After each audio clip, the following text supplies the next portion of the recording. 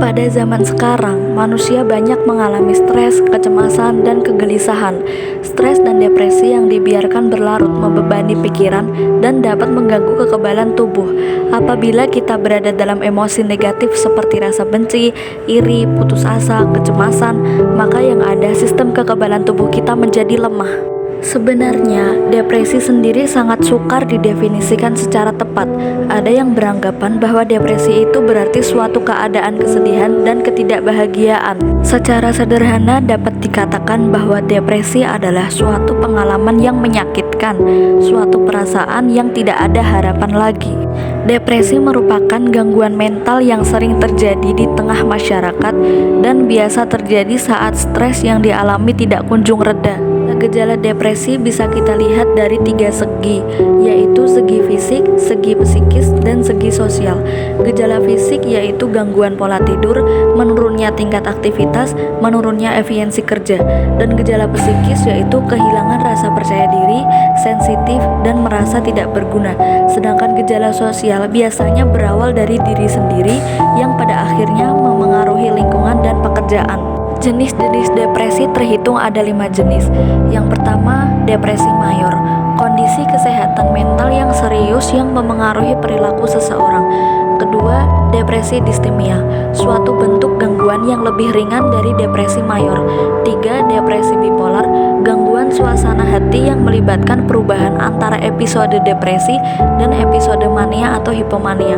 Keempat, yaitu depresi seasonal affective disorder atau SAD, depresi musiman yang umumnya terjadi pada musim dingin ketika hari lebih pendek. 5, depresi psikotik, yaitu bentuk depresi mayor yang disertai dengan gejala psikotik. Gejala psikotik mencakup delusi dan halusinasi. Depresi ini merupakan kondisi yang serius dan memerlukan perhatian medis segera. Penyebab depresi disebabkan oleh 3 faktor. Yang pertama, faktor biologi. Yang kedua, faktor psikologis atau kepribadian.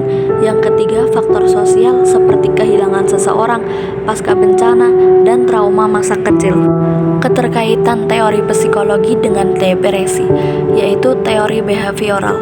Teori ini mengemukakan bahwa depresi dapat dijelaskan sebagai akibat kurangnya penguat ataupun respon positif dari lingkungannya. Hal ini bisa diakibatkan adanya perpisahan, kematian, atau perubahan lingkungan yang tiba-tiba, juga karena individu jarang melakukan perilaku dengan kegiatan positif. Holmes mengemukakan bahwa seseorang yang mengalami depresi biasanya kurang menerima penghargaan atau lebih banyak menerima hukuman dibandingkan individu yang tidak mengalami depresi. Penghargaan yang rendah dan tingginya hukuman tersebut dapat memicu munculnya depresi melalui 3 cara. Yang pertama, seseorang yang lebih banyak menerima hukuman dan jarang mendapatkan penghargaan akan mengalami kehidupan yang kurang menyenangkan.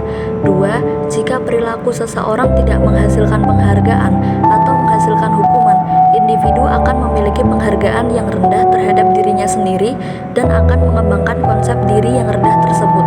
3, apabila suatu perilaku tidak mendapatkan penghargaan, maka kecil kemungkinan perilaku tersebut akan diulangi sehingga aktivitas individu menjadi menurun.